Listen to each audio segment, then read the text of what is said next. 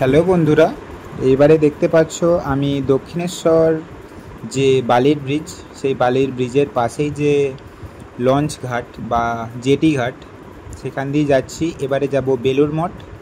এই যে জেটি ঘাট দিয়ে যাচ্ছি, এখান থেকে নেব লঞ্চে করে যাব আমি বেলুড় মঠ।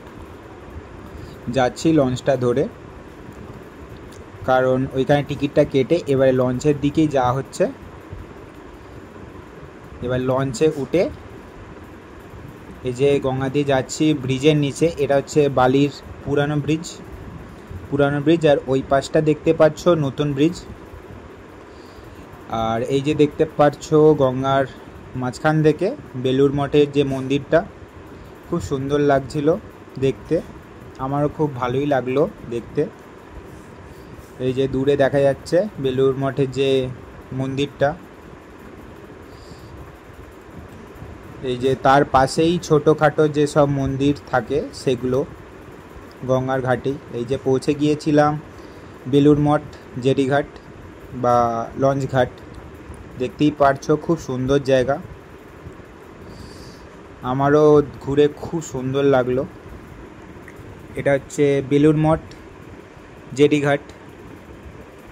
এখানে পৌঁছেছি দক্ষিণেশ্বর থেকে জেটি বা লঞ্চ ধরে।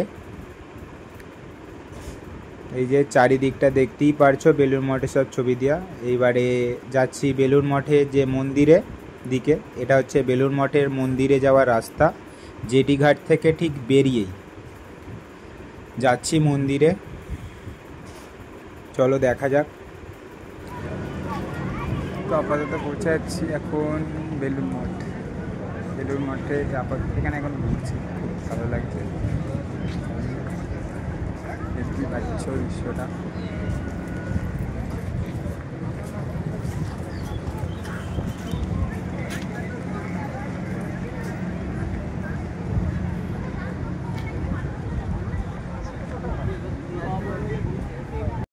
এই হচ্ছে বেলুড় মঠের যে মেন মন্দির, রামকৃষ্ণ দেবের যে মন্দিরটা। আমি দুঃখিত যে মন্দিরের ভিতরের ভিডিও আমি দেখাতে পারলাম না, কারণ ওখানে ফোন অ্যালাউ নেই আর ফটো তোলাও নিষেধ। সেই জন্যে বাইরের দিকটাই দেখে নাও। খুব সুন্দর জায়গা, তোমরাও যেতে পারো। আশা করি তোমাদেরও খুব সুন্দর লাগবে, খুব ভালো লাগবে, খুব শান্তির জায়গা।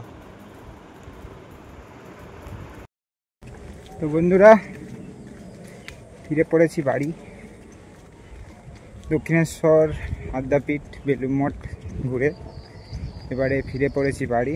এবার যাচ্ছি বাড়িতে, একটু ফ্রেশ হব, ফ্রেশ হয়ে তারপর একটু শান্তি, কারণ সারা রাস্তা অনেকটাই হয়েছে লোকাল। এবার যাই, গিয়ে ফ্রেশটা হই। আর তোমরাও আমার ভিডিওগুলো দেখতে থাকো আর আমার সঙ্গে থেকো। চলো বাড়ি যাওয়া যাক।